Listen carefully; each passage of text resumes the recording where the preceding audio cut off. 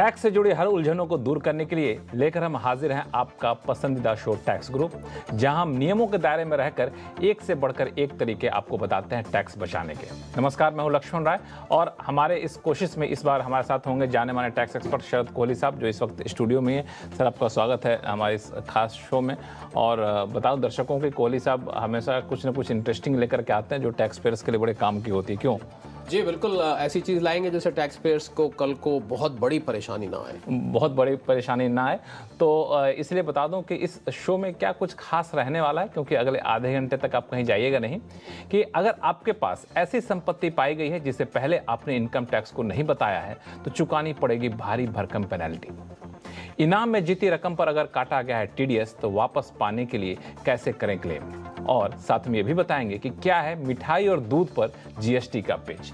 इन सारे मुद्दों पे बातचीत करेंगे। लेकिन इन दोनों हर कोई ये खबर पढ़ रहे होंगे, हम आप भी, कि अक्सर इनकम टैक्स विभाग की तरफ से रेड मारा जाता है, छापेमारी कार्रवाई होती है, इन्फोर्समेंट डायरेक्टरेट करता है और भारी भरकम कैश मिलता है। तो ये जो कैश मिलता है, ये कैश कई बार कोहली साहब अनडिस्क्लोज होता है, लोग नहीं बताए होते हैं और कहते हैं कि अघोषित संपत्ति है वो बरामद हुई है। तो मेरे मन में उठता है कि अघोषित संपत्ति जब बरामद होती है तो जो आपराधिक मुकदमे वगैरह तो जो है दर्ज होने हैं, लेकिन इस पर इनकम टैक्स का क्या कैलकुलेशन होता है, किस तरह से इस पर टैक्स लिया जाता है? बहुत भारी भरकम कैलकुलेशन होता है लक्ष्मण, और ये कैलकुलेशन का जो फिगर आती है ना बाद में, वो याद दिलाती है मुझे 1970 में हम पढ़ा करते थे जो टैक्स रेट होता था 1961 में, 80-80, 90% आप 100 रुपए कमाए 80-90 दे दीजिए। जी हाँ, अगर पकड़ा जाता है तो 60% टैक्स, ध्यान दीजिएगा, उस पर 25% सरचार्ज, मतलब 60 का 25, 15% और जोड़ दीजिए, 75 हो गया। उस पे एजुकेशन सेस 4% के करीब लगती है और उस पे 6% पेनल्टी। जब सारा मैंने जोड़ा लक्ष्मण, तो बचता भी है कुछ कि नहीं? 83.25% टैक्स। अब बाकी जो बचा 16% और 16.75 बच गया, वो आपने जेब में रखना है, रख लीजिए। तो बचे ना बचे बात बराबर ही पड़ता है। जी जी बिल्कुल। इसलिए कोई संपत्ति ऐसे मत रखिए जिसको इनकम टैक्स विभाग को आपने ना बताया। जो भी संपत्ति इनकम टैक्स विभाग को बता दीजिए, क्योंकि जब पकड़े जाएंगे तो ये सारी संपत्ति टैक्स के दायरे में ही आ जाएगी और टैक्स आपको देना पड़ेगा। लेकिन एक चीज और है इसमें कि ये जो कैलकुलेशन होता है, 2-3 चीजें होती है। एक तो कैश मिलता है लोगों के पास से, दूसरा होता है संपत्ति मिलती है, जैसे जमीन जायदाद के कागजात मिलते हैं, और तीसरा होता है कोई ऐसे बड़े खर्च निकल कर सामने आते जो आपने इनकम टैक्स विभाग को नहीं बताया। तो ये जो आपने पेनल्टी, सरचार्ज और इनकम टैक्स बताया, क्या ये सभी पे एक समान लागू होता है, कुछ अंतर है? बिल्कुल, ये सब पे लगेगा। 4 कैटेगरीज का खजाना मिल सकता है। और हमारे जो टैक्स ग्रुप के दर्शक हैं लक्ष्मण, उनके पास तो हम उम्मीद करते हैं ये सब नहीं मिलेगा, पर गलती से कभी किसी का ऐसा मिल जाता है तो एक सेक्शन 68 दिया हुआ है। उसके अंतर्गत अगर आपके पास कैश मिल जाता है, 68 में कैश मिल जाता है, उसके बाद हम जाएं, इन्वेस्टमेंट्स मिलती हैं। मान लीजिए कोई प्रॉपर्टी का आपने जिक्र किया, कोई और इन्वेस्टमेंट, कोई ऐसी इन्वेस्टमेंट आपने म्यूचुअल फंड में किसी भी चीज में करी हुई है, कोई किसी को लोन दे के किया हुआ है, वो आ जाता है सेक्शन 69 में। अब उसके बाद मिलता है आपके पास कोई ऐसे एसेट्स मिलते हैं, मान लीजिए कोई पेंटिंग मिल गई, कोई ऐसी चीज, नायाब चीज मिल गई जो कि बहुत महंगी है, वो आ जाता है 69A में। और अंत में मान लीजिए आपने कोई ऐसा खर्च कर दिया है बड़ा, जिस खर्च का आप हिसाब किताब नहीं दे पा रहे, कि मतलब ये पैसा खर्च करने के लिए आया कहां से, इसका सोर्स क्या है, वो 69C के अंतर्गत आता है। तो इन 4 सेक्शंस में ये 4 कैटेगरी जो कि छुपी हुई अगर मिलती है, अनडिस्क्लोज मिलती है, तो पेनल्टी तो मैंने शुरू में ही बता दी। पर कोई घबराए नहीं इससे, क्योंकि मुझे अभी भी यकीन है कि हमारे टैक्स गुरु के दर्शक, तो आप भी मानेंगे लक्ष्मण, वो उनके पास ये मिलेगा नहीं, पर कभी गलती से भी हो जाता है। लेकिन हमारी कोशिश यही होती है कि अपने दर्शकों को आगाह करके रखना चाहिए। अच्छा, ये जो पेनल्टी और लगती है, तो ये इनकम किस साल में कैलकुलेट होता है कि उससे कोई लेना देना नहीं होता? एक और सवाल कि क्या इसे किसी लॉस के अगेंस्ट सेट ऑफ कर सकते हैं क्या? जी नहीं, इसका किसी साल से लक्ष्मण कोई लेना देना नहीं है। ये सीधा सीधा ये जो मैंने 60 + 15 plus education cess plus 6% penalty 83.25 बताया, ये फ्लैट लगेगा। और इसके अगेंस्ट ना कोई आप खर्चा क्लेम कर सकते हैं, ना इसको किसी से सेट ऑफ कर सकते हैं। ये सीधा सीधा एक सेक्शन है 115BBE, इस सेक्शन के अंतर्गत ये स्पेशल रेट 60% का लक्ष्मण दिया गया। वैसे 60% आप देखिए कहीं रेट नहीं है, पर ये इस सेक्शन के अंतर्गत इसको स्पेशल प्रोविजंस कहा जाता है, जिसके अंतर्गत ये लगती है। हम तो प्रार्थना करेंगे लक्ष्मन किसी के ऊपर ना ही नौबत आए। मुझे लगता है कि जो जानबूझ के नहीं करना चाहते हैं वो शायद इस तरह की दिक्कतों में पड़ेंगे भी नहीं, क्योंकि ये जो होता है अब तो सिस्टम इतना अच्छा है कि प्रीफिल्ड इनकम टैक्स रिटर्न आ जाते हैं, फॉर्म 16 में बता देता है कि आपकी कहाँ आमदनी हुई, क्या मोटे खर्च किए, तो लोग भूल भी जाएं तो इनकम टैक्स विभाग बता देता है, अगर आप इंटेंशनली ना करें तो। फिर भी लक्ष्मण होता क्या है कि कई बार कितना भी आप सिस्टम अच्छा बनाए, कुछ ना कुछ कहीं ना कहीं से भूल चूक भी हो जाती है, और शरारत वाले को तो खैर उनका तो कुछ कह नहीं सकते, बात ही नहीं करते। चलिए तो फिर ये अलग मुद्दा है, लेकिन यह है कि आप कोशिश करें कोई ऐसी आमदनी न बची रह जाए, ऐसे खर्च जो आप इनकम टैक्स विभाग को बताना भूल गए हो, वरना काफी मुश्किल में आप पड़ सकते हैं। शुरू करते हैं सवाल जवाब का सिलसिला। सबसे पहले कॉलर हमारे साथ जुड़े हैं दिल्ली से, गणेश कुमार जी। गणेश जी नमस्कार। नमस्कार भैया, लक्ष्मण भैया। नमस्ते सर जी। नमस्कार। कैसे हैं आप? ठीक है सर। बताएं क्या सवाल है आपके पास? सवाल भेजा आप लोगों को, एक पिताजी से ये जमीन मिली है और ये कुछ टैक्स है, ये इनकम का क्या मतलब टैक्स लगेगा या जीएसटी या इनकम टैक्स? आपकी आवाज बहुत साफ नहीं आ रही है, अगर कोई आवाज थोड़ा सा और साफ तरीके से बता सकें तो दूसरे दर्शक भी सुन सकेंगे आपकी आवाज को। मैं बोल रहा हूँ जैसे एक तो पिताजी से जमीन मिली थी और वो एक थोड़ा सा कैश मिला है, वो आपके यहाँ में भेजा है मेल में, और एक मतलब ट्रक भी था उनके पास, वो मिला है। ये 3 चीजें। ये पिताजी किसान थे? हाँ हाँ। और आप क्या करते हैं? मैं अपना सेल्फ एम्प्लॉयड हूँ, अपना काम करता हूँ। काम करते हैं, इनकम टैक्स चुकाते हैं ना आप? तो नहीं, मेरा वो लिमिट में नहीं आता। अच्छा, आपका लिमिट में नहीं आता, लेकिन पिताजी ने बड़ी दिलदारी दिखाई, आपको इतनी सारी संपत्ति, जमीन, कैश और भी कुछ दिया कि जमीन संपत्ति ही दिया? बस यही है जो ये काफी है जो दिया गया आपको। खैर, तो आप जानना चाहते हैं इनकम टैक्स का क्या नाता रिश्ता है इससे, क्या है? कोहली साहब जवाब इनके लिए। वेल गणेश जी, बड़ी खुशी की बात है, पिताजी का आशीर्वाद ही नहीं, साथ में एसेट्स भी मिले। देखिए, अगर जो जमीन है, एसेट्स है या कैश है, गणेश जी ध्यान रखिएगा कि पिताजी से मिले हुए पैसे पे गिफ्ट माना जाता है, कोई भी टैक्स नहीं है, पर इसके ऊपर जो आप कमाई करेंगे वो आपकी इनकम में जाके जुड़ेगा। पर एक मैं सलाह दूंगा गणेश जी को, लक्ष्मण आपकी इजाजत से, बिल्कुल, कि एक गिफ्ट डीड, क्योंकि जमीन भी बड़े अमाउंट की होती है, कोई और एसेट मिला है, मान लीजिए कोई कई बार कोई ट्रक, ट्रैक्टर, ऐसी कोई चीज मिल जाती है, और अगर कैश मिला है तो इसका आप एक गिफ्ट डीड जरूर बना के रखें, जहां पिताजी लिखे कि मेरे प्रिय गणेश, मैं तुम्हें ये दे रहा हूं, मैंने देखिए लैंग्वेज बता दी, मैं तुम्हें ये प्रेम सहित दे रहा हूं, इसके लिए कोई कंसिडरेशन नहीं है, ये आप बना के रखें। और अगर कैश मिला है लक्ष्मण, ये ध्यान देने वाली बात है, अगर कैश भी पिताजी ने कोई भारी मात्रा में दिया है तो इस कैश को एक्सप्लेन करने के लिए भी तैयार रहिए। अभी हमने थोड़ी देर पहले जिक्र किया था, हालांकि मैं उम्मीद करता हूं क्योंकि वो किसानी में है तो वो कैश किसानी का ही होगा, पर उसको जवाब देने के लिए, एक्सप्लेन करने के लिए आप अपने पास एक एक्सप्लेनेशन तैयार रखें। और गिफ्ट डीड गणेश जी बिल्कुल मत भूलिएगा, बना के रखिए, जो कि कल को मांगा जाए तो आप दिखा सकें। और बिल्कुल इस बात पर भी ख्याल रखिएगा, जो भी पैसा या फिर जो भी संपत्ति आपको मिली है पिताजी से, उसको लेकर के आप कहीं निवेश करते हैं, उस पर कोई आमदनी होती है तो उस पर आपको टैक्स देना पड़ेगा। जी बिल्कुल बिल्कुल, तो इसका ख्याल रखेंगे। बाकी कोई दिक्कत नहीं, गिफ्ट डीड बना लीजिएगा तो ज्यादा सुरक्षित रहेंगे। इनकम टैक्स विभाग कभी कोई पूछताछ कर ले तो आपके पास जवाब होगा कि गिफ्ट डीड है। चलिए अगला सवाल लेते हैं हरियाणा से, जो कि सुनील गुप्ता जी का है। सुनील गुप्ता जी हमारे साथ फोन लाइन पर जुड़ चुके हैं। सुनील जी नमस्कार।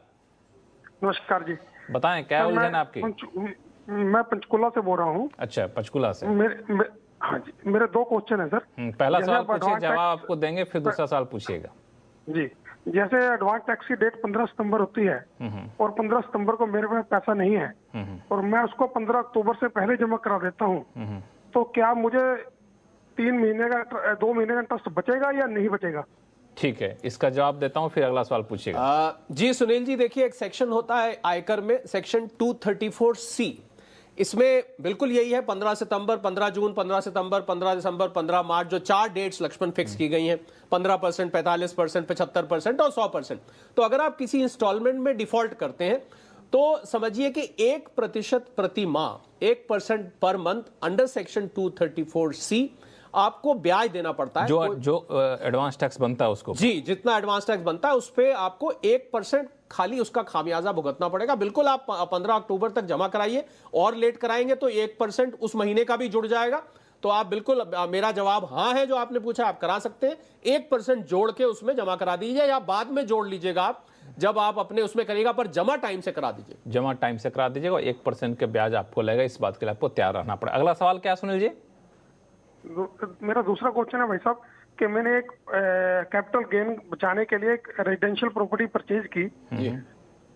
अब मेरा क्वेश्चन ये है कि वो रेजिडेंशियल प्रॉपर्टी जो मैंने नई परचेज की है उसको मैं दोबारा 2 साल के बाद बेच सकता हूँ या 3 साल के बाद बेच सकता हूँ, ताकि मुझे दोबारा वो कैपिटल गेन पे टैक्स ना पड़े? जी सुनील जी, वो वाली प्रॉपर्टी आप देखिए, प्रॉपर्टी जब खरीदना होता है सेक्शन 54 में तो उसके लिए 2 साल का पीरियड है, पर जब प्रॉपर्टी आपको वो वाली प्रॉपर्टी बेचनी होती है तो वो आपको कम से कम 3 साल तक सुनील जी रखनी पड़ेगी, कम से कम 3 साल तक। अगर आप उससे पहले बेच देते हैं तो जो आपने कैपिटल गेन का लाभ उठाया था वो लाभ आपसे वापस ले लिया जाता है। तो ध्यान रखिएगा, 3 साल से पहले उसको मत बेचिएगा। जो 3 साल के बाद बेचेंगे तब आपको इसका फायदा मिलेगा। तो मुझे लगता है कि आपके दोनों सवाल का बहुत ही संतोषजनक जवाब मिल चुका है, और फिर भी कोई दिक्कत हो तो आप हमें लिखिएगा tax@moneycontrol.com पर। अगला सवाल लेते हैं, वो पश्चिम बंगाल से आया चितरंजन से, बबलू राय जी का। बबलू जी नमस्कार। जी सर नमस्ते सर, मैं सवाल लेने के धन्यवाद। जी बताएं। जी सर, मैंने कॉन्ट्रैक्ट से सर 1 लाख रुपया जीता था, तो उसमें से सर 30,000 अमाउंट काट के मुझे 70,000 दिया। तो सर मैं टीडीएस काट लिया गया है, तो मैं वापस किस प्रकार ले सकता हूँ? कृपया मुझे सर का जवाब चाहिए। चलिए, सबसे पहले तो आपने कॉन्टेस्ट में 1 लाख जीता, इसके लिए बहुत बहुत बधाई, लेकिन थोड़ा सा दुख हुआ होगा जब 30% टीडीएस काट लिया गया होगा। बिल्कुल, पर लक्ष्मण, जब इनाम कोई आता है, कॉन्टेस्ट आता है, तो जो आ जाए ठीक है। जी हाँ, पर आपकी बात ठीक है, पूरा 1 लाख जीता और जब आया तो वो खाली 70,000 रह गया। जी हाँ बबलू जी, एक सेक्शन होता है 115BB, इसके अंतर्गत 30% टैक्स कटेगा आपका, और ये 30% बदकिस्मती से बबलू जी इसको आप बाकी इनकम में एडजस्ट नहीं कर सकते, और ये बेसिक एग्जेम्पशन लिमिट में भी नहीं आता है। तो मतलब ये 1 लाख जीता, 30% गया, बस गया तो गया, ये कहीं एडजस्टमेंट नहीं होगी इसकी बाकी इनकम के खिलाफ भी, और अगर आपकी एग्जेम्पशन लिमिट से नीचे है तब भी आप इसको रिफंड नहीं ले सकते। बात इनाम की है ना लक्ष्मण, तो सरकार मानती है कि इनाम जीता है तो भाई हमें भी दे के जाइए ना आप। इनाम कभी छोटा नहीं होता है, इनाम हमेशा बड़ा होता है, रकम भले ही छोटी हो बड़ी हो। जी बिल्कुल। तो फिलहाल मान के चले कि 1 लाख नहीं, 70,000 रुपए ही आपको इनाम मिला हो, इसी संतोष करिए, और आपको इसका कोई रिफंड नहीं मिल पाएगा, ये बिल्कुल साफ कर दूं। तो फिलहाल वक्त है छोटे से ब्रेक का। ब्रेक के बाद बताएंगे एक अनूठा मामला जिसमें मामूली स्पेलिंग मिस्टेक से टैक्स पेयर को हो रहा था करोड़ों रुपए का नुकसान, लेकिन ट्रिब्यूनल ने बचाई जान। आखिर कैसे, बताएंगे छोटे से ब्रेक के बाद।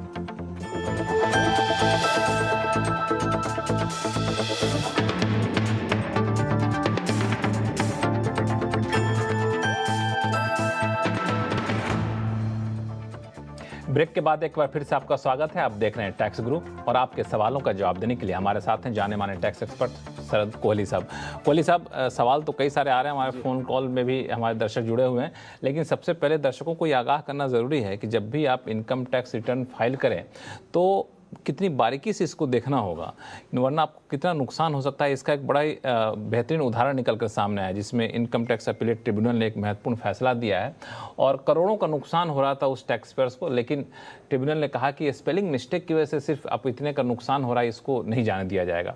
तो ये पूरा मामला था क्या, थोड़ा दर्शकों को बताएं। साउथ मुंबई का लक्ष्मण ये केस था, और किसी महिला ने अपनी टेनेंसी राइट्स बेची थी, मकान नहीं बेचा था, उस पे उनको 4 करोड़ 80 लाख के करीब का कंसिडरेशन आया।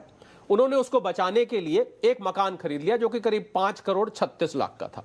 अब उन्होंने क्या किया अपने रिटर्न में, क्योंकि यहां पर सेक्शन 54 कहता है मकान बेच के मकान, पर ये तो टेनेंसी राइट्स थी, उन्होंने, आप अनजान थी, टैक्स पेयर थी, उन्होंने सेक्शन 54 लिख दिया।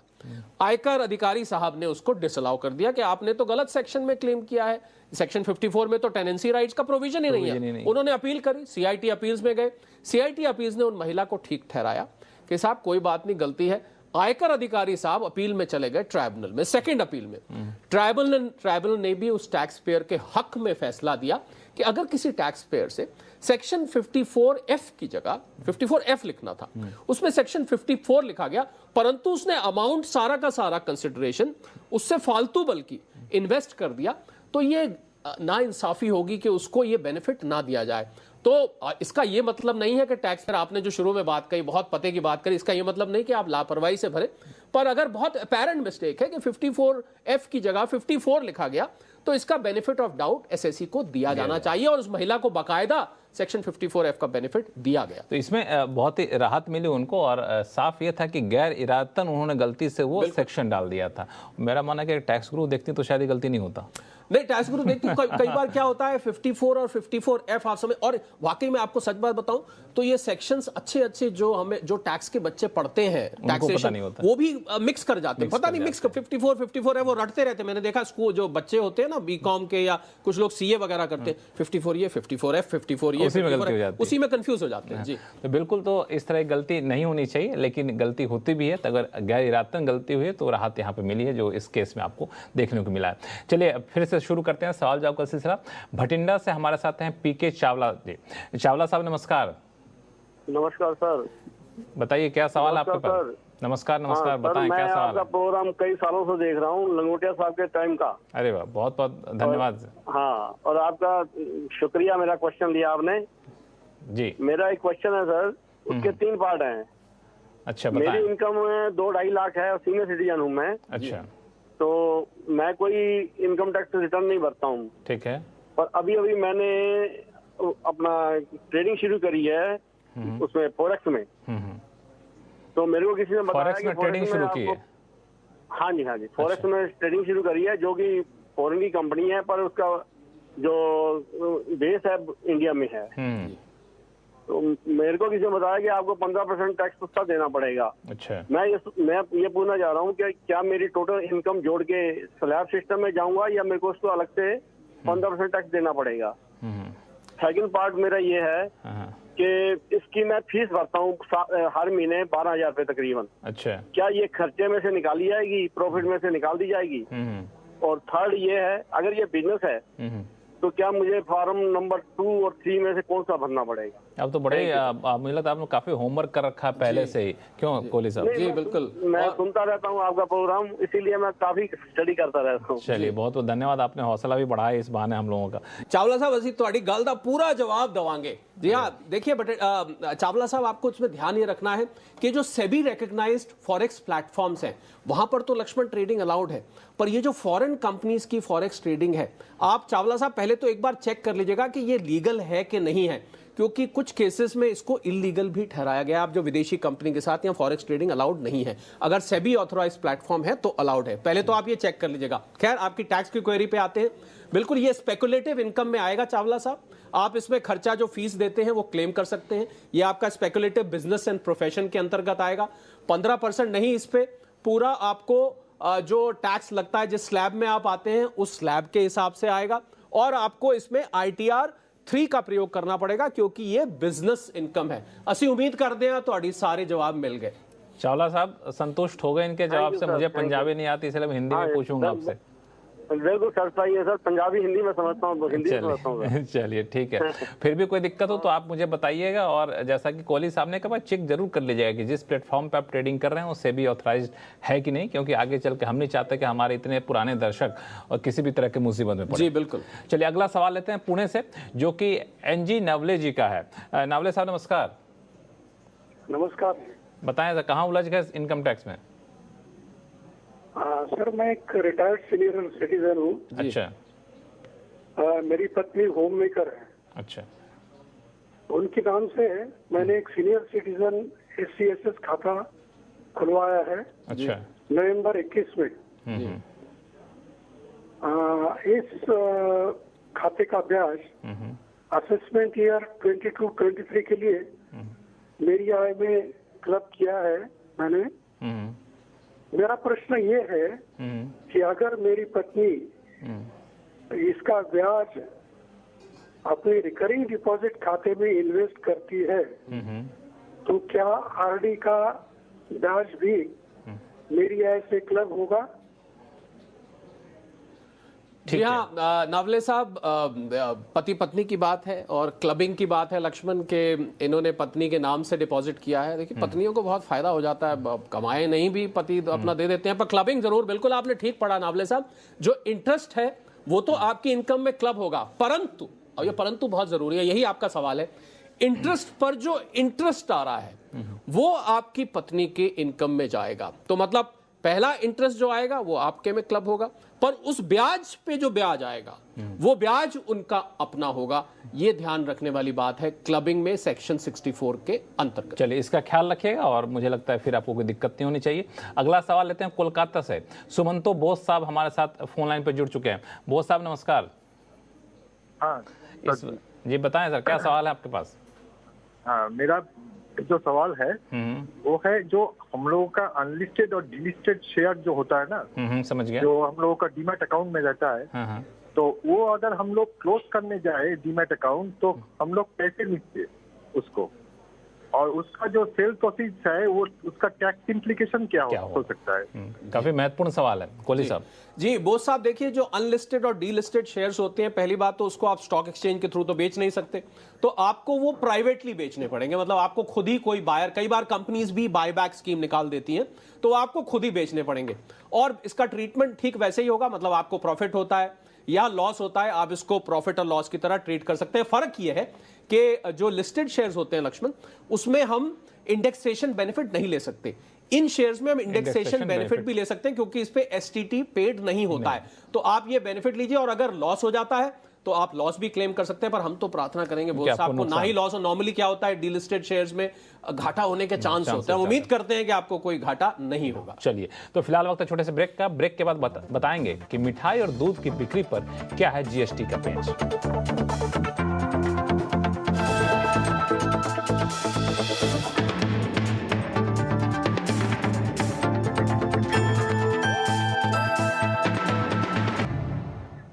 अगला सवाल लेते हैं फरीदाबाद से अनिल गर्ग साहब का। अनिल गर्ग साहब नमस्कार, क्या सवाल है आपके पास? नमस्कार जी। बताएं। नमस्कार सर। नमस्कार नमस्कार सर मेरा सवाल ये, मेरी एक मिठाई की दुकान है, उसमें साथ में दूध का काम है। अच्छा, उसमें टोटल सेल 40 से ऊपर जाती है, जबकि लूज दूध टैक्स फ्री है, तो उसमें कैसे किया जाए? मुझे जीएसटी लेना चाहिए नहीं लेना चाहिए? बिल्कुल है, कोहली साहब बताएंगे। कोहली साहब। अनिल जी, आपके हलवाई की दुकान ने पुरानी यादें ताजा करा दी कि हलवाई की दुकान, दूध और मिठाइयाँ। जी हाँ बिल्कुल, देखिए दूध एग्जेम्प्ट है, पर 40 लाख से ऊपर अगर आपकी टोटल टर्नओवर क्रॉस कर रही है तो सेक्शन 7 के अंतर्गत इसको हम अगर देखें, सप्लाई को देखें या पूरे प्रोविजंस देखें, तो आपको रजिस्ट्रेशन लेना पड़ेगा। दूध एग्जेम्प्ट रखिएगा, बाकी की मिठाइयों पर टैक्स लगाते रहिएगा और ऐसे ही स्वादिष्ट भी बनाते रहिएगा। तो अनिल जी, आपको जवाब मिल गया? धन्यवाद धन्यवाद जी। हाँ, जाएंगे कोहली साहब का चेहरा याद रखिएगा, जब भी जाएं तो मिठाई जरूर इनको खिलाइएगा, ठीक है? बिल्कुल बिल्कुल, मोस्ट वेलकम सर। बिल्कुल। चलिए, तो टैक्स गुरु में फिलहाल इतना ही। कोहली साहब बहुत बहुत शुक्रिया सभी सवालों का जवाब देने के लिए। अगर आपके पास भी कोई भी सवाल हो, चाहे इनकम टैक्स से जुड़ा हुआ हो या फिर जीएसटी से, तो आप हमें लिख भेजिए tax@moneycontrol.com पर, और अपने सवाल के साथ अपना नाम और मोबाइल नंबर लिखना ना भूलें। फिलहाल के लिए देखते रहिए CNBC आवाज। नमस्कार।